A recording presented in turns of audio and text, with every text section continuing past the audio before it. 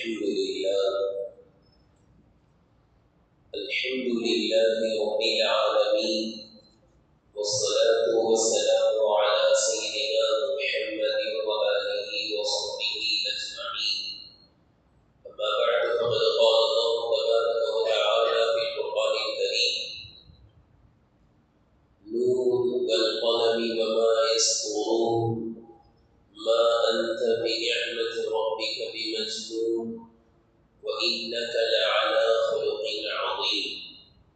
صدق الله العلي العظيم. السلام عليكم ورحمة الله وبركاته. கண்ணியத்திற்குரிய கணவான்களே, பெரியோர்களே, அல்லாஹ்வின் நல்லடியார்களே, அல்லாஹ்வின் பெயர்களால் ஆண்டு முழுவதும் இஸ்லாமிய பிரச்சாரங்கள், ஜுமாவுடைய தலைப்பில் அல்லது வேறு எங்கு எந்த தலைப்பில் பேசப்பட்டாலும் நபி ஸல்லல்லாஹு அலைஹி வஸல்லம் அவர்களுடைய சொல், அவர்களின் செயல் அல்லது குறைந்தபட்சம் அவர்களுடைய அங்கீகாரம், இந்த மூன்றை தாண்டி பேச முடியாது என்ற தலைப்பில் எப்பொழுது நாம் இஸ்லாமிய மார்க்கத்தை குறித்து நல்ல விஷயங்களை பேசினால் அது நபி அவர்கள் காட்டிய வழிமுறையாகத்தான் இருக்கும். நபி அவர்கள் வாழ்ந்து காண்பித்த வாழ்க்கையாக இருக்கும்.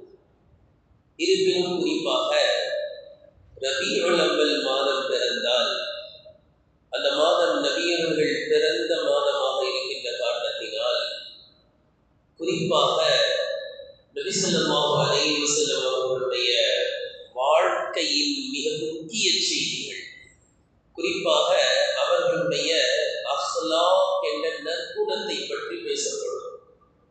காரணம், நம்முடைய வாழ்க்கை எப்படி ஆக வேண்டும் என்பதுதான் நோக்கம். நாம் நம்முடைய இஷ்டப்படி வாழ்ந்து கொண்டிருக்கின்றோம். நம்முடைய விருப்பம் எப்படியோ அப்படி வாழ்ந்து கொண்டிருக்கின்றோம். நம்முடைய பேச்சு நாம் விரும்பியபடி பேசிக் கொண்டிருக்கின்றோம். நாம் பிறரிடத்தில் பழகுவது நம்முடைய விருப்பத்திற்கு தகுந்தாற் போன்று பழகிக் கொண்டிருக்கின்றோம்.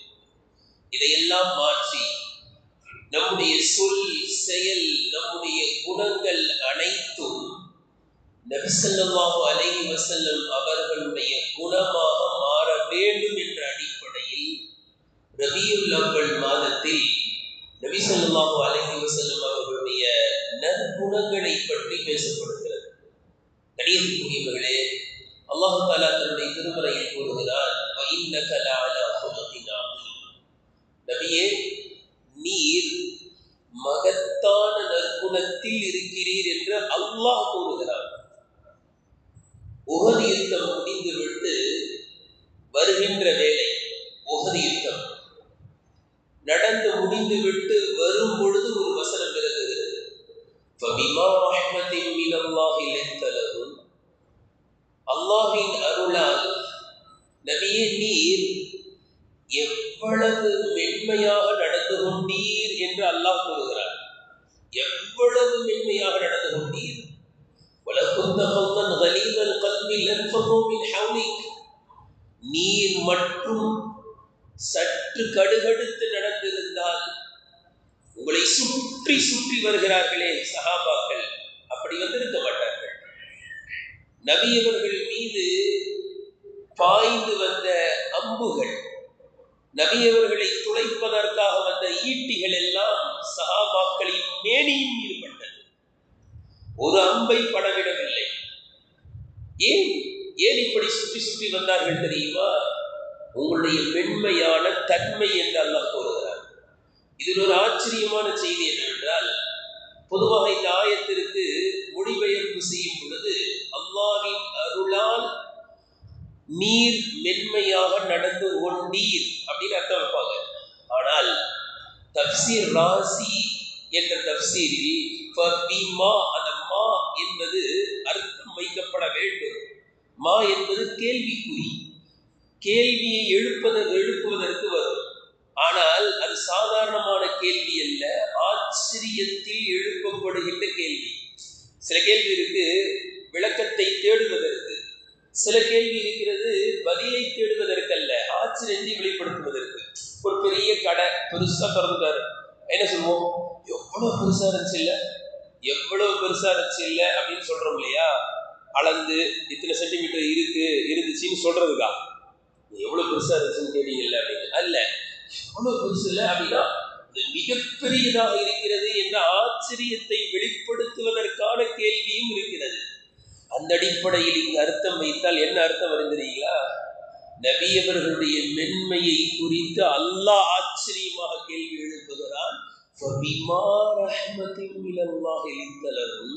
அல்லாஹ்வினுடைய எந்த அருளால் உங்களால் இவ்வளவு மென்மையாக நடந்து கொள்ள முடிந்தது? அல்லாஹ் கேள்வி எழுப்புகிறான். ஆச்சரியப்பட்டு அல்லாஹ் சொல்கிறான், எந்த அருளால் இவ்வளவு சாஃப்டா உங்களால் நடக்க முடிஞ்சதுன்னு நல்லா கேட்கிறான். ஏன் தெரியுமா? அல்லாஹ் அக்பர். உஹது யுத்தம் நமக்கு தெரியும். அந்த உஹது மைதானத்துக்கு போகும்போதெல்லாம் கூட ரொம்ப தெளிவாக பேசுவார்கள். அங்க ஒரு பெரிய மலை இருக்கும், உஹது மலை. அந்த மலை கொஞ்சம் தூரமா இருக்கும், ஒரு சிறிய குன்று பக்கத்துல இருக்கும். அந்த குன்றுக்கு பக்கத்தில் நின்று கொண்டு என்ன பேசுவாங்க தெரியுங்களா? இந்த குன்று இருக்க, இதுலதான் 50 சஹாபாக்கள் வில்லை எரியக்கூடிய, குறிபார்த்து அம்பு எரியக்கூடிய 50 சஹாபாக்களை நிறுத்தினாங்க ரசூலுல்லாஹ். சொன்னாங்க யுத்தம் முடிந்தாலும் என்ன செய்யக்கூடாது, வரக்கூடாதுன்னு நிறுத்தினாங்க. ஆனா ரசூலுல்லாஹ்வுடைய ஒரு வார்த்தையை மீறி அவங்க இறங்கி வந்ததுனால உஹதில் வெற்றி தோல்வியாக மாறியது அப்படின்னு சொல்றோமா இல்லையா? இந்த தோல்விக்கு காரணம் யார்? ரசூலுல்லாஹ் நிக்க சொன்ன அந்த சஹாபாக்கள் என்ன செய்யலாங்க, நிக்கல அப்படின்னு நாமெல்லாம் சொல்லிக்கிட்டே இருக்கோம் இல்லையா? அவர்கள் செய்த தவறை சொல்லிக் கொண்டே இருக்கிறோம். ஆச்சரியம் என்ன தெரியுங்களா? அந்த சஹாபாக்களில் ஒரு சஹாபியை கூட கூப்பிட்டு ரசூலுல்லாஹ் நான் நிக்க வச்ச இடத்துல ஏன் நிக்காம நீங்க வந்தீங்கன்னு கேட்கலைங்க. ஆச்சரியமா இல்லையா? இங்க நடந்தது என்ன தெரியுமா? நபி இவர்களுடைய பண் ஷஹீதானது. நபி இவர்கள் அணிந்திருந்த இரும்பு தொப்பியை தலையில் வைத்து உடைத்தார்கள். அடிச்சு எந்த அளவுக்குன்னா ரசூலுல்லாஹ்வுடைய தலையின் மீது இருந்த இரும்பு கவசம் உடைந்து விட்டது. நபியவர்கள் அன்று 2 உறுப்பு சட்டையை போட்டிருந்தார்கள். இதெல்லாம் நமக்கு படிப்பட தற்காப்பு எவ்வளவு அவசியம். ரசூலுல்லாஹ் மிகப்பெரிய வீரர், அவர்களை போன்ற வீரர் யாரும் இல்லை. ஆனால் 2 உறுப்பு சட்டை. இப்னு தமிஆ என்பவன் எகிரி வெற்றார் ரசூலுல்லாஹ்வுடைய ஷோல்டரை. கிடைச்சது சந்தர்ப்பம், எல்லா சஹாபாக்களும் விரண்டு ஓடி விட்டார்கள். இருந்தது 4-5 சஹாபாக்கள் தான் பக்கத்துல. முஸ்அப் இப்னு உமைர் என்ற சஹாபி, மிகப்பெரிய செல்வ செழிப்பில் வாழ்ந்த சஹாபி, பார்க்கறதுக்கு ரசூலுல்லாஹ் மாதிரியே இருப்பாங்க. பக்கத்துல இருந்து ரசூலுல்லாஹ் பாதுகாத்தாங்க. அவர்களை கொன்று விட்டான் ஒருவன். கொன்றுவிட்டு நபியவர்களை கொன்று விட்டேன் என்று சொல்லிவிட்டார். பார்க்கறதுக்கு ரசூலுல்லாஹ் மாதிரியே இருப்பாங்க. நபியவர்கள் அவர்களால் நடக்க முடியவில்லை, மயக்கம் ஏற்பட்டது. இதையெல்லாம் தாண்டி ஹம்ஸா ரலியல்லாஹு அன்ஹு எப்படிப்பட்ட வீரர் தெரியுங்களா? ரசூலுல்லாஹ்வுடைய சச்சா கண்ட துண்டமா வெட்டப்பட்டிருக்காங்க. ஒரு ஆள் மேல லாரி ஏறி இறங்கிச்சுன்னா ரோட்ல எப்படி இருக்கும் அந்த பாடி, அந்த மாதிரி இருக்கு. ரசூலுல்லாஹ் சொல்றாங்க, ஹம்சாவின் சகோதரி சஃபியா மட்டும் வேதனைப்படுவாள் என்று இல்லை என்றால் இதை எப்படி எடுத்து அடக்கம் பண்றது, அப்படியே விட்டு வாங்கப்பான்னு சொல்லிடுவேன்றாங்க. இந்த பாடியை எடுக்க முடியல ஹம்சா. ஆனா இப்படி கண்ட துண்டமா வெட்டாங்கல்ல, எப்படி தெரியல? ரூஹு போன பிறகுதான். அவங்க ரூஹ் இருக்கிற வரைக்கும் ஒரு ஆள் வர முடியாது. ஹம்சார்கள் எப்படிப்பட்டவர்கள் தெரியுமா? எதிரி படையில் இருக்கின்ற மிகவும் ரவுடியை தான் நோக்கி செல்வார்கள். கொடியை எவன் பிடிச்சுக்கிட்டு இருக்கானோ அவனை பார்ப்பாங்க. ரொம்ப துன்றவனை போய் வெட்டுவாங்க. யாரும் அவர்களை நோக்கி வர முடியாது. வந்தால் அவனை தலை கீழே சென்றுவிடும். ஹம்சாரில் குதிரையில போனாங்கன்னா எதிர்த்து நேராக முன்னால் யாரும் வரமாட்டார்கள், யுத்தகலத்தில் கூட. அப்படிப்பட்ட மாபெரிய வீரர். மற்றவர்கள் எல்லாம் வலது கையில் வாளை சுழட்டுவார்கள் என்றால் ஹம்சா ரலியல்லாஹு மட்டும் 2 கையிலும் வாளை சுழட்டுவாங்க. இப்படிப்பட்ட மிகப்பெரிய வீரர் குறிவைத்து கங்கணம் கட்டி கொல்லப்பட்டார்கள். அவங்க சரிஞ்ச பிறகுதான் கட்டணமா விட்டாங்க. இந்த சேதம் எல்லாம் ஏன் ஏற்பட்டது? நம்மளை கிட்ட என்ன சொல்லுவோம், அது நிக்க வச்சவங்க நிக்காம வந்ததுதான். ஆனால் நபி அவர்கள் எவ்வளவு சாஃப்ட் தெரியுங்களா? ஒரு ஆளை கூட கூப்பிட்டு, ஏப்பா நிக்க வச்ச இடத்துல நின்று இருக்கலாம்ல, ஏப்பா வந்தீங்கன்னு சொல்ல கேட்கல. இதுதான் நல்லா சொல்கிறான், எந்த அருளால் இவ்வளவு சாஃப்டா நடக்க முடிஞ்சு உங்களால? அந்த சஹாபியிடத்திலும் சாஃப்டா நடக்கிறாங்க. ஒரு ஆளை கூட கூப்பிட்டு என்ன செய்யல, கண்டிக்கவில்லை. பாருங்க, உங்களால என்னெல்லாம் ஆச்சுன்னு கேட்கல. நீங்க இப்படி செஞ்சதுனால எவ்வளவு பெரிய விளைவு, எவ்வளவு பெரிய பின்னடைவு, எவ்வளவு பெரிய தோல்வி. ஹம்சா போன்ற ரலியல்லாஹு அன்ஹு மிகப்பெரிய வீரர்களை இழந்ததற்கு நீங்கள் தான் காரணம். ரசூலுல்லாஹ் யாரை பார்த்து சொல்லல. காரணம் என்ன தெரியுங்களா? அந்த சஹாபாக்களை பல பேர் செய்யல. இறங்கி வந்த சஹாபாக்கள்ல பல பேர் இல்லை. இறங்கி வந்த சஹாபாக்கள்ல பல பேர் கை இல்லை, கால் இல்லை. அதெல்லாம் உணர்ந்தார்கள். உணர்ந்து யாரையுமே கண்டிக்கல. இதுதான் நபி அவர்கள் உயர்ந்த குணம். இவர்களுடைய இந்த உயர்ந்த குணத்திற்கு ஈடாக இணையாக உலகத்தில் யாரையும் பார்க்க முடியாது. அவருடைய வாழ்க்கையை கேள்விப்படுகின்ற நாம் ஆசைப்பட வேண்டும், உறுதி எடுக்க வேண்டும். அப்படிப்பட்ட குணத்தை அல்லாஹ் எனக்கும் தான். ஹதீஸ்கள்ல எல்லா ஹதீஸ் கிரந்தங்களிலும் நபி அவர்களுடைய அஹ்லாக் அப்படின்னு தனி பாடம். அது அப்படியே வரிசையாக சஹாபாக்கள் நபி அவர்களுடைய பண்புகளை, அவர்களுடைய குணத்தை அப்படியே அடுக்குவாங்க. அதுல அப்துல்லாஹ் இப்னு ஹாரிஸ் ரலியல்லாஹு அன்ஹு அவங்க சொல்லுவாங்க, ரசூலுல்லாஹ்வை விட சிரிச்ச முகத்தை நான் யாரிடத்திலும் பார்த்தது. ஒரு சஹாபி சொன்னாரு, நான் இஸ்லாத்தை ஏற்றுக்கொண்ட நாளிலிருந்து பார்க்கிறேன், என்னை பார்த்தோன்னே ரசூலை சிரிச்சுருவாங்க. ரசூலுடைய அஹ்லாக் இன்னைக்கு கொஞ்சம் மார்க்கப்பட்டு வந்தா கூட நினைக்கிறேன் தெரியுங்களா, உண்மைன்னு இருக்கணும், முறப்பா இருக்கணும், அப்படிதான் தக்குவதாரி நினைப்பாரு. பேச மாட்டார், அவர் கொஞ்சம் குறிப்பா இருப்பாரு, கொஞ்சம் சூடா இருப்பாரு. நாம் என்ன நினைக்கிறது தெரியுங்களா, அல்லாஹ் பாதுகாக்கணும், என்ன கொஞ்சம் கோபக்காரன்னு என்ன செய்யணும், மற்றவங்க நினைக்கணும்னு நினைக்கணும். கொஞ்சம் என்ன கொஞ்சம் கோபக்காரன்னு நினைக்கணும். அல்லாஹ் அக்பர். நபி ஸல்லல்லாஹு அலைஹி வஸல்லம் அவர்கள் எப்பொழுதும் சிரித்த முகத்தோடு இருப்பார்கள். நபி ஸல்லல்லாஹு அலைஹி வஸல்லம் அவர்கள் குறித்து சஹாபாக்கள் சொல்லக்கூடிய தன்மைகள். நபி ஸல்லல்லாஹு அலைஹி வஸல்லம் அவர்கள் யாரிடத்திலாவது முசாஃபஹா செய்தால், இன்னைக்கு நம்ம முசாஃபஹாவே யாருக்கு தெரியுங்களா, நம்ம தெரிஞ்சவங்க கிட்ட, வேண்டப்பட்டவங்க கிட்ட, கொஞ்சம் நம்ம லெவல்ல இருக்கவங்க கிட்ட, கொஞ்சம் ஏழை மாணவர்கள்கிட்ட முசாஃபஹா செய்யறது இல்லை, சலாமே சொல்றது இல்லை. அவங்க தான் நமக்கு சலாம் சொல்லுவாங்க. ஏழைகள் நமக்கு சலாம் சொல்லணும்னு நினைக்கிறோம். ரசூலுல்லாஹி ஸல்லல்லாஹு அலைஹி வஸல்லம் அவர்கள் முசாஃபஹா செய்தால், லா யன்ஸிஉ யதஹு மின் யதிஹி ஹத்தா யகூன ar-ரஜுலு யன்ஸிஉ யதஹு. அவர் தன்னுடைய கையை உருகுகின்ற வரை நபி ஸல்லல்லாஹு அலைஹி வஸல்லம் சொல்றாங்க. எவ்வளவு உயர்ந்தார்கள். கையை கொடுத்துட்டா ரசூலுல்லாஹ் கையை எடுக்க மாட்டாங்க. அவரு தான் சரி ரொம்ப நேரம் கையை வச்சுக்கிட்டு இருக்க பேர், அவர் எடுத்து அதை ரசூலுல்லாஹ் நினைச்சுவாங்க, எடுக்க ஆரம்பிப்பார்கள். ஹதீஸ்ல வருது, நபி ஸல்லல்லாஹு அலைஹி வஸல்லம் அவர்கள் யாரை பார்த்தும் இப்படி முகத்தை திருப்பினது கிடையாது. எத்தனை பேரை பார்த்து முகத்தை திருப்பணும். சப்பு தொழுகைக்கு வந்தாலே இப்படி வரும்போது வேண்டாதவர் அங்க நின்றாருன்னா டக்குனு வண்டி திரும்பி. ரசூலுல்லாஹி ஸல்லல்லாஹு அலைஹி வஸல்லம் அவர்கள் யாருடைய முகத்தை பார்த்தும் முகத்தை இப்படி திருப்பியதே இல்லை வாழ்நாள். ஹதீஸின் தொடரில் வருகிறது, யாருக்கு முன்னாடி கால் நீட்டி அமர்ந்தது இல்லை ரசூலுல்லாஹ். எவ்வளவு உயர்ந்தவர், எவ்வளவு உயர்ந்தவர். இன்னைக்கு சின்ன சின்ன பையன்லாம் கால் மேல கால போட்டுவாங்க. ரசூலுல்லாஹி ஸல்லல்லாஹு அலைஹி வஸல்லம் மஜ்லிஸ்ல உட்கார்ந்தாங்கன்னா காலை நீட்டி ரசூலுல்லாஹ் உட்கார்ந்தது இல்லை. எவ்வளவு பெரிய பண்புங்க. பெரியவர்களே, இன்னைக்கு இது பெரியவர்களை மதிக்கிறது இதெல்லாம் இல்லாம இருக்கும். நபி அவர்கள் எந்த சஹாபிக்கு முன்னால் கால் நீட்டி அமர மாட்டார்கள். சாப்பிடும் போது சஹாபாக்கள் சொல்றாங்க, ஹதீஸ்ல ரசூலுல்லாஹ் சொல்றாங்க, ஆக்குலு கமா யக்குல் அப்து. ஒரு அடிமை சாப்பிடுவதை போன்று நான் சாப்பிடுவேன். இந்த சாஞ்சிக்கிட்டு இன்னைக்கு ஹோட்டல்ல எல்லாம் பார்த்தா ஃபர்ஸ்ட்லாம் சேர் போட்டுருந்தாங்க, இப்ப என்ன போடுறாங்க, போடுறத ஷோவா போடுறாங்க. ரசூலுல்லாஹி ஸல்லல்லாஹு அலைஹி வஸல்லம் அவர்களே சொல்கிறார்கள், வலா ஆக்குல் முத்தகியன், நான் சாய்ந்து கொண்டு சாப்பிட மாட்டேன். ஒரு அடிமை சாப்பிடுவதை போன்று சாப்பிடுவேன், ஒரு அடிமை அமர்வதை போன்று அமர்வேன். ரசூலுல்லாஹ் சாப்பிட்றத பார்த்தா எப்படி இருக்குன்னா, அந்த உணவை கொடுத்து அல்லாஹ்வுக்கு நன்றி செலுத்துகிறார்கள் என்பது தெரியும். அந்த சாப்பாடை மதிக்கிறாங்கன்றது தெரியும். இப்படி சோபால சாஞ்சிக்கிட்டு இப்படி இந்த பழக்கம் நபியவர்களுடைய வாழ்க்கைக்கு ஒரு நாள் கூட இருந்ததில்லை. இன்னொரு ஹதீஸ்ல வருது, மாஆம ரசூலுல்லாஹி ஸல்லல்லாஹு அலைஹி வஸல்லம் தஆமன் கத்து. கத்துனா அறவேன்னு அர்த்தம். நபியவர்கள் அறவே உணவில் குறை சொல்லியது கிடையாது. பிடித்தால் சாப்பிடுவார்கள், பிடிக்காவிட்டால் கம்முன்னு விட்டுருவாங்க. உணவில் குறை சொன்னதில்லை.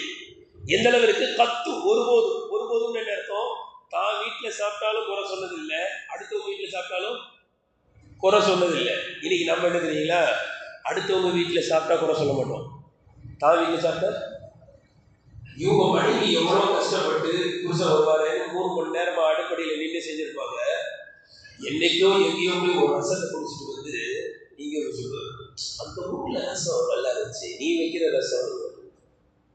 கணியத்திற்குரியவர்கள் நபியவர்கள் உணவில் குறை சொன்னதே கிடையாது. அனஸ்ரதி எல்லாம் அறிவிக்கிறார்கள். ரொம்ப ஆச்சரியமான செய்தி, பல தடவை கேள்விப்பட்டிருப்போம். அவங்க சொல்றாங்க, 10 வருடம் நான் நபியவர்களுக்கு பணிவிடை செய்தேன், ஒரு தடவை கூட என்னை பார்த்து அப்படி சொன்னது இல்லை. ஒரு தடவை கூட என்னை பார்த்து அப்படின்னு என்னை பார்த்து சொன்னதில்லை. வலா லிமா சனாத்த, ஏன்டா இப்படி செஞ்ச என்னை பார்த்து கேட்டதே இல்லை. வலா அல்லாஹ் சனாத்த, இப்படி செஞ்சிருக்க கூடாதா என்று கூட என்னை பார்த்து இவர்கள் கேட்டதே இல்லை. நாம நம்ம வேலை செய்யறவங்க என்ன பாடுபடுத்துறோம், என்ன மாதிரி திட்டுறோம். நான் 10 ஆண்டு பணிவிடை செய்தேன், ஒரு தடவை கூட நீ ஏன்பா இப்படி செஞ்ச கேட்டதில்லை. திடீர்னு நான் வீட்டில் ஏதாவது சாமானை போட்டு உடைச்சிருக்கேன், அவங்க சொல்லுவாங்க, நான் சாமானை போட்டு உடைச்சிருக்கேன், பாட்டில் உடைச்சிருக்கேன். வீட்டில் இருக்கவங்க திட்ட வருவாங்க, ரசூலை நிறுத்திடுவாங்க. எதுக்கு திட்டுறீங்க அனச எதுக்கு திட்டுறீங்க? அல்லாஹ் எதை உடையணும்னு நினைச்சாலும் அது உடைஞ்சிருக்கு. இது எப்போ தெரியுங்களா, கல்யாணம் பண்ண புதுசில் இருக்கும், மனைவி உடைச்சா பிரச்சனை இல்லை, கொஞ்ச நாள் ஆகட்டுங்க, அவ்வளோதான், மண்டை உடைச்சிடும், பல்லு உடைச்சிடும். நபியவர்கள் சொல்வார்கள், அல்லாஹ் நாடியது உடைந்தது, அனைச திட்டாதீர்கள் என்று சொல்வார்கள். நபியவர்களுடைய உயர்ந்த அசலாக் எந்த அளவுக்கு என்று சொன்னால், மிக்தாத் இப்னு அஸ்வத் ரலியல்லாஹு சொல்றாங்க, ரசூலுல்லாஹ் வீட்டுக்கு வந்தாங்கன்னா, லேட்டா என்னைக்காவது வந்தாங்கன்னா எப்படி கதவை தட்டுவாங்க தெரியுங்களா, தூங்கி கொண்டிருந்தவர்கள் எழும்ப மாட்டார்கள், விழித்து கொண்டிருப்பவர்கள் மட்டும்தான் எழுந்து வந்து கதவை திறப்பாங்க. நம்ம இன்னைக்கு தடாரம் தருவோம், லேட்டா வந்தோம், ரொம்ப லேட்டா வந்தா ரொம்ப தடாரம் தருவோம், சீக்கிரம் தர சீக்கிரம் தூங்கணும், லேட்டா வந்தல்ல, அவங்க பதட்டிடுவாங்க. நீங்க இந்த போன் 12 மணிக்கு போடலாமா என்ன நினைப்பாங்க, எதுவுமே பார்க்கறதில்ல. நபியவர்கள் இரவு நேரத்தில் வந்தால் எப்படி சலாம் சொல்லுவாங்க அப்படின்னா, அந்த சலாம் தூங்கி கொண்டிருப்பவர்களை எழுப்பாது, விழித்து கொண்டிருப்பவர்களுடைய காதில் மட்டும் விழுகின்ற அளவிற்குத்தான் சலாம் சொல்வார்கள். ஏன் தூங்கிட்டு இருக்காங்க, டிஸ்டர்ப் பண்ணக்கூடாது. கணியத்திற்குரியவர்களை ஹதீஸில் வருகின்றது, அன்னை ஆயிஷா ரலியல்லாஹு அன்ஹா அவர்கள் கூறுகிறார்கள், வீட்டிற்கு வந்தால் நபி ஸல்லல்லாஹு அலைஹி வஸல்லம் அவர்கள் சாதாரண மனிதராக ஆகிவிடுவார். உங்களில் ஒருவர், சாதாரண ஒரு மனிதர் இன்னைக்கு யாருமே வீட்டு வேலை செய்யறது. ஆயிஷா சொல்றாங்க, உங்களை சாதாரண மனிதர் வேலை செய்வதை போன்று ரசூலுல்லாஹ் வீட்டு வேலை செய்வாங்க. பால் கறப்பாங்க, தைத்து ஆடைகளை அவர்களே தைத்துக் கொள்வார்கள். செருப்பு அருந்தால் அவங்களே தைத்துக் கொள்வார்கள். இது சொல்றதுக்கே இன்னைக்கு பயமா இருக்கு. அது தப்பனா நாங்களாம் எப்படி வியாபாரம் பண்றது, நீ தச்சு போட்டீங்கன்னா எப்படி நாங்கள் வியாபாரம் பண்றது நிறைய பேர் இருக்காங்க. அதெல்லாம் செருப்புலாம் என்ன செய்யக்கூடாது, கிழிஞ்சிச்சுன்னா தச்சுலாம் போடக்கூடாது. என்ன செய்யும், புது செருப்பு வாங்கி யூஸ் எடுத்துரும், அத்தம்மாவே யூஸ் எடுத்துற மாதிரி ஆகிக்கிறாங்க.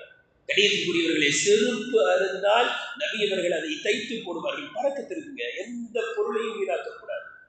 ஆடை இருக்கிறதே, கிழிந்த ஆடையை போடக்கூடாது, கிழிந்த ஆடையை தைத்து போட வேண்டும். கிழிந்த ஆடையை தைத்து போடுவது சுன்னத். இன்னைக்கு எதையுமே தைக்கிறது இல்லை, எல்லாமே யூஸ் எடுத்துரும். கணியத்திற்குரியவர்களே, அல்லாஹ்வின் தூதர் ஸல்லல்லாஹு அலைஹி வஸல்லம் அவர்களை பற்றி அன்னை ஆயிஷா ரலியல்லாஹு அன்ஹா அவர்கள் கூறுகிறார்கள், அவர்கள் வீட்டிற்கு வந்தால் வீட்டு வேலைகளை செய்வார்கள், எங்களுக்கு ஹெல்ப் பண்ணுவாங்க. இன்னைக்கு எத்தனை பேர் வீட்டு வேலையை செய்யறோம், ஹெல்ப் பண்றோம். கணியத்திற்குரியவர்களே, ஜாபிர் ரலியல்லாஹு அவர்கள் சொல்கின்ற ஆச்சரியமான செய்தி நாம் பலமுறை கேட்டுக்கொண்டிருக்கலாம். நபியவர்கள் இடத்தில் யார் எப்பொழுது எதை கேட்டாலும் இல்லை என்று சொன்னதில்லை. உறுதி எடுக்கணுங்க, அல்லாஹ் அந்த அந்தஸ்து கொடுக்கணும். இல்லைன்னு சொல்லக்கூடாது. இன்ஷா அல்லாஹ் நபி அவர்களுடைய அழகான சுண்ணத்தை வாழ்க்கையில கேட்டு இல்லைன்னு சொன்னதில்லை.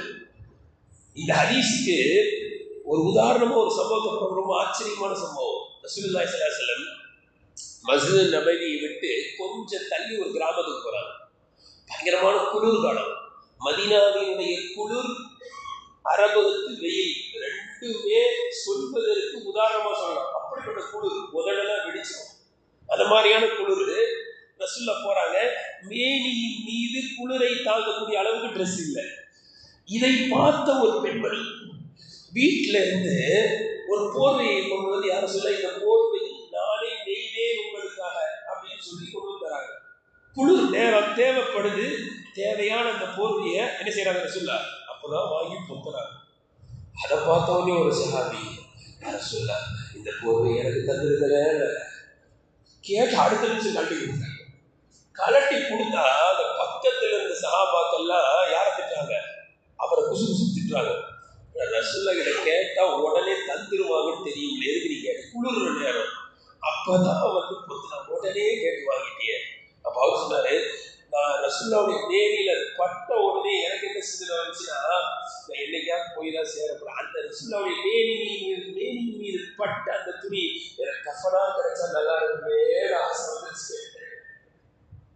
எனக்கு கஃபனா கிடைச்சா நல்லா இருக்குன்ற ஆசை வந்துச்சு, அதனால கேட்டேன். கணிதத்துக்குரியவர்கள் சொல்ல வருவது, எதை கேட்டாலும் நபியவர்கள் இல்லை என்று சொல்லியது இல்லை. வாழ்க்கையில் பொய் சொல்லவில்லை, வாழ்க்கையில் புறம் பேசியதில்லை, வாழ்க்கையில் யாரை பற்றிய குறையை குத்தி பேசியதில்லை, யாருடைய மனதையும் உடைத்ததில்லை. ரசூலுல்லாஹி ஸல்லல்லாஹு அலைஹி வஸல்லம் அக்லாக் எவ்வளவு, யாரையும் திட்டியதில்லை, யாரையும் திட்டுவதில்லை, வாழ்க்கையில யாரையும் திட்டுறது கிடையாது. வலா ஃபஹாஷன், வாழ்க்கையில் ஒரு முறை கூட அசிங்கமாக பேசியதில்லை, ஒரு முறை கூட கெட்ட வார்த்தை பேசியதில்லை. நம்மள நிறைய பேர் இருக்காங்க கெட்ட வார்த்தை பேச மாட்டாங்க, ஆனா எதிர்பார்த்து கெட்ட வார்த்தையில திட்டா உள்ள இருக்கிற சைத்தான் நீங்க வந்து வெளியில இல்ல, உனக்கு மட்டும் தான் திட்ட தெரியுமா, எனக்கு திட்ட தெரியும், உனக்கு தான் அந்த ஸ்லாங் தெரியுமா, எனக்கு தான் தெரியும், ஒரு பாருங்க அல்லாஹ் அக்பர், அன்னைக்கு தான் தெரியும் எப்படிப்பட்ட ஆத்மா. வாழ்க்கையில் ஒரு முறை கூட கெட்ட வார்த்தையை திட்டியதில்லை யாரையும். வலா நஆன லஆன, யாரையும் சபிச்சதில்லை. வாழ்க்கையில என்ன ஏற்பட்ட துன்பமா இருந்தாலும் சரி. அன்னைக்கு ஆயிஷா ரலியல்லாஹு அன்ஹா கேட்கிறாங்க, உங்களுக்கு உஹதை விட கடுமையான கஷ்டமான நேரம் வாழ்க்கையில சந்திச்சிருக்கிறீங்களான்னு கேட்கிறாங்க ஆயிஷா ரலியல்லாஹு. உஹதை விட சிரமமான ஒரு நாளை நீங்கள் சந்தித்திருக்கிறீர்களா? அவ சொல்றாங்க, ஆம் சந்தித்திருக்கிறேன். உஹதை விட கடுமையான நாள் அது எது? தாயிஃப் பண்றாங்க. தாயிஃப் உஹதை விட கடினம். காரணம், உஹது வந்து யுத்தம். யுத்தத்துக்கு போயாச்சுன்னா அடி உழுவும், அடிக்கவும் செய்யும், அடி உழவும் செய்யும், வெட்டு உழும் அப்படின்றது தெரிஞ்சுதான் போவோம்.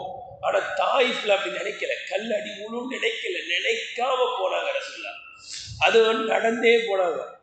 தாயிஃபுக்கு இன்னைக்கு ஏசி பஸ்ல போயிட்டு வந்தாலே என்ன செய்யுது, உடம்புலாம் டயர்ட் ஆயிடுச்சு. அன்னைக்கு தவாஃப் போச்சு, எல்லாம் போச்சு, அன்னைக்கு அவ்வளவுதான். கணிதத்துக்குரியவர்களே நடந்தே போனாங்க, ஏறத்தாழ 96 கிலோமீட்டர். இன்னைக்கு நம்மளால நடக்க முடியுமா? சும்மா வாக்கிங் போக நம்மளால முடிய மாட்டேங்குது. ரசூலுல்லாஹ்வுடைய வாழ்க்கையில் அனைத்தும் படிப்படை. நபியருடைய உடல் வாக்கு எப்படி இருந்தது? ஏறத்தாழ 86 வயசுல ரசூலுல்லாஹ் ஹசன் ஹுசைன் ரலியல்லாஹு ரெண்டு பேரையும் தோல்ல சுமந்துக்கிட்டு என்ன செய்யறாங்க, வீட்டுல குதிரை சவாரி செய்யறாங்க. என்ன சொல்றாங்க, உங்கள் இருவருக்கு நான் நல்ல நல்ல ஒட்டகம், ரசூலுல்லாஹ் சொல்றாங்க, உங்கள் இருவருக்கு நான் உங்களை சுமக்கக்கூடிய நல்ல ஒட்டகம், என் மீது சவாரி செய்யக்கூடியவர்கள் நீங்கள் மிக சிறந்த சவாரி அப்படின்னு சொல்லிட்டு ஜாபிர்ல சொல்றாங்க. வீட்டுல அப்படியே ரசூலுல்லாஹ் ரவுண்ட் அடிக்கிறாங்க, முட்டியை வச்சுக்கிட்டு ரவுண்ட் அடிக்கிறாங்க. இன்னைக்கு தொழுகையில நம்ம முட்டியை கீழே வைக்க முடியல, முட்டி வலி. ரசூலுல்லாஹ்வுடைய உடல் எப்படி இருந்தது, அவருடைய குணம் எப்படி இருந்தது? நபி ஸல்லல்லாஹு அலைஹி வஸல்லம் அவர்கள் சிரிச்சதில்லை. இந்த கடவாய்ப்பல் திரியிற அளவுக்குலாம் ரசூலுல்லாஹ் என்ன செய்ய மாட்டாங்க, சிரிக்க மாட்டாங்க. ஒரே இன்னைக்கு பாருங்க சிரிக்கிட்டாங்க. அந்த மொபைல்ல வேற எப்ப பார்த்தாலும் கக்கான்னு ஒரு மியூசிக்கை வச்சு ஏதாவது ஒரு ஜோக்கை பார்த்து தள்ளி தள்ளி விட்டு விட்டு வாழ்க்கை சிரிப்பு ஜோக்கு இப்படியே போயிட்டு இருக்கு. ரசூலுல்லாஹி ஸல்லல்லாஹு அலைஹி வஸல்லம் அவர்கள் வெடிச்சிரிப்பு சிரிக்க மாட்டார்கள். சவுண்டு வெளியில வர அளவுக்கு கக்கான்னு உட்காந்து சிரிச்சது கிடையாது ரசூலுல்லாஹ். கணியத்திற்குரியவர்கள் ஹதீஸ்ல வருது, தேவை இல்லாமல் நபியவர்கள் பேச மாட்டார்கள். யார்கிட்டையும் நினைச்ச மாட்டாங்க, தேவையுடன் பேசுவார்கள். நபியவர்களுடைய நாவில் இருந்து இந்த வார்த்தைகள் ஒவ்வொன்றும் ஹதீஸ். நீங்க முழு ஹதீஸ் எடுத்து பாருங்க, தேவையில்லாத, அல்லாஹ் அக்பர், தேவையில்லாத ஒரு வார்த்தை, ஒரு எழுத்தை கூட ரசூலுல்லாஹ்வுடைய வாழ்க்கையில பார்க்க முடியாது. தேவையில்லாத ஒரு வார்த்தையை கூட, ஒரு எழுத்தை கூட முழு வாழ்க்கையில் உதிர்ந்ததில்லை. இது எவ்வளவு விஷயம், தேவையில்லாத விஷயம். தேவையில்லாததுல ஈடுபடுறோம். காலையில எழுந்ததுலேருந்து சாயந்தரம் தூங்குற வரைக்கும் பாருங்க, எவ்வளவு தேவையில்லாத விஷயம். செல்போன்ல தேவையில்லாத வார்த்தையை நபியவர்கள் பேசியதே இல்லை. அவருடைய குணத்தை பற்றி சொல்லும்போது சொல்றாங்க, தன்னுடைய தோழர்களில் யாராவது ஒருவரை காணோம் என்றால் விசாரிப்பார்கள். அவரை பற்றி ஏன் காணோம், இன்னைக்கு யாராவது பள்ளிக்கு வரலன்னா அதை பற்றி கண்டுக்கிறதே கிடையாது. அவர் என்ன ஆச்சு, உடல்நிலை சரியில்லை என்று தெரிந்தால் உடனடியாக அவருக்காக துவா செய்வார்கள், வீட்டுக்கு போய் பார்ப்பாங்க. இன்னைக்கு எத்தனை பேர் யாரை போய் சந்திக்கிறோம்? இது ஒன்று இருக்கு, போய் சந்திக்கிறது இல்லை, ஃபோன் பண்ணியே டார்ச்சர் பண்ண வேண்டியது. எப்படி இருக்காரு, நல்லா இருக்காரா இல்லையா, ஃபோன்லேயே. ஏன் நேரடியாக போய் பார்த்தாதான் என்ன? நேரடியாக போய் பார்க்கறது இருக்க, அது தயவு செஞ்சு தொந்தரவு நினைக்காதீங்க. யாருக்காவது உடம்பு சரியில்லை, கொஞ்சம் பேர் வராங்க அப்படின்னா அதை தொந்தரவு நினைக்காதீங்க. அல்லாவுடைய பெரிய திரும்ப எத்தனை ஏழைகள் போய் பார்க்கறதுக்காக இல்லைங்க, ஹாஸ்பிட்டலில் கிடப்பாங்க, போய் பார்க்காது இல்லை. நான் உடம்பு சரியில்லை, இத்தனை பேர் விசாரிக்கிறாங்க. ஃபோனில் விசாரிச்சா கூட தொந்தரவாக இருந்தால் கூட தொந்தரவு நினைக்காதீங்க, அல்லாவுடைய பெரிய திரும்ப நினைக்க. நான் உடம்பு சரியில்லைன்னு எத்தனை பேர் விசாரிக்கிறாங்க, எனக்காக எத்தனை பேர் கவலைப்படுறாங்க, என்னை வந்து எத்தனை பேர் பார்க்குறாங்க, அப்படி நினைக்கணும். போய் பார்க்கணும். யாராவது ஒரு தோழர் இல்லை என்றால் விசாரிப்பார்கள், நலம் விசாரிப்பார்கள், வந்தவர்களை உபசரிப்பார்கள். யாரு வந்தாலும் சாரவு, வந்தவர்களை சந்திப்பார்கள். நோயாளி என்றால் அவர்களை சென்று சந்திப்பார்கள். தன்னுடைய வாழ்க்கையில்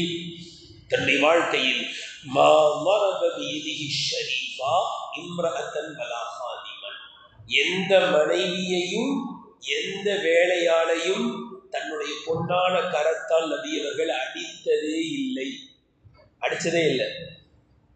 நபியவர்கள் யாரையும் அடிச்சதில்லை. யுத்த களத்தில் கூட சில சமயங்களை தவிர நபியவர்கள் யாரையும் அடித்ததில்லை. யாரை இன்னைக்கு எதுக்கெடுத்தாலும் இழுத்து கொண்டு வெளுத்தெடுக்க வேண்டியது, எது கொடுத்தாலும் ஆடலாம். அது மனைவினா ரொம்ப ரொம்ப ஃபோனில் பேசும்போதே கரெக்டாக கண்டுபிடிச்சிடலாம் யார் தான் பேசுகிறாங்க. ஸ்லோலைக்கம் சொல்லுங்க அப்படின்னா வேற யாரும் ஸ்லோலைக்கம் சொல்லு என்ன பொய் அப்படின்னா மனைவி, எதிரில் மனைவின்னு ஈஸியாக கண்டுபிடிச்சிடலாம்.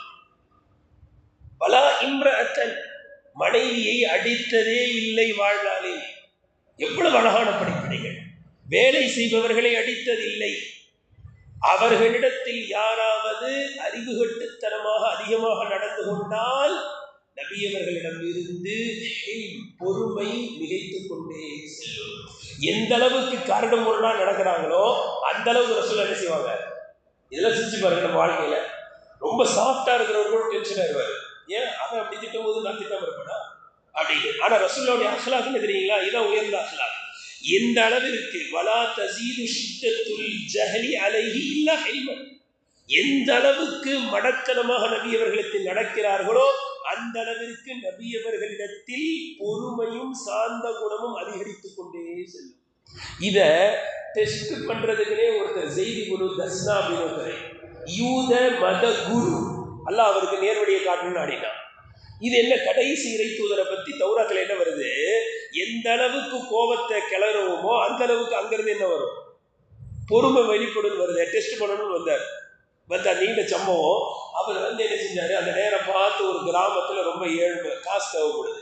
சஹாபாக்கள் யாருக்கும் கொடுக்கறதுக்கு காசு இல்லை. அவர் உடனே சந்தர்ப்பத்தை நான் காசு கொடுக்குறேன், கடனா கொடுக்குறேன், சரின்னு சொல்ல வாங்கிட்டாரு. வாங்கிட்டு ஒரு டேட், இந்த டேட்ல கொடுக்குறேன்னு சொன்ன தேதி வர்றதுக்கு 3 நாளைக்கு முன்னாடி வந்துட்டார், 2 நாளைக்கு முன்னாடி வந்துட்டார். வந்துட்டு ரசூலுல்லாஹ்வுடைய சட்டையை பிடிச்சிட்டாரு. பிடிச்சிட்டு வாங்கின காசை கொடுக்க தெரியாதா அப்படின்னு கேட்குறாரு. அதோட நிறுத்தல, உங்களுக்கு உங்க பரம்பரைக்கே இதானா அப்படின்னு கேட்டார். இப்போ நம்மளை திட்டினா கூட கோவம், நம்ம அத்தாவை திட்டினா ரொம்ப கோவம் வந்துருக்கு இல்லையா, இப்படிலாம் கேட்குறாரு.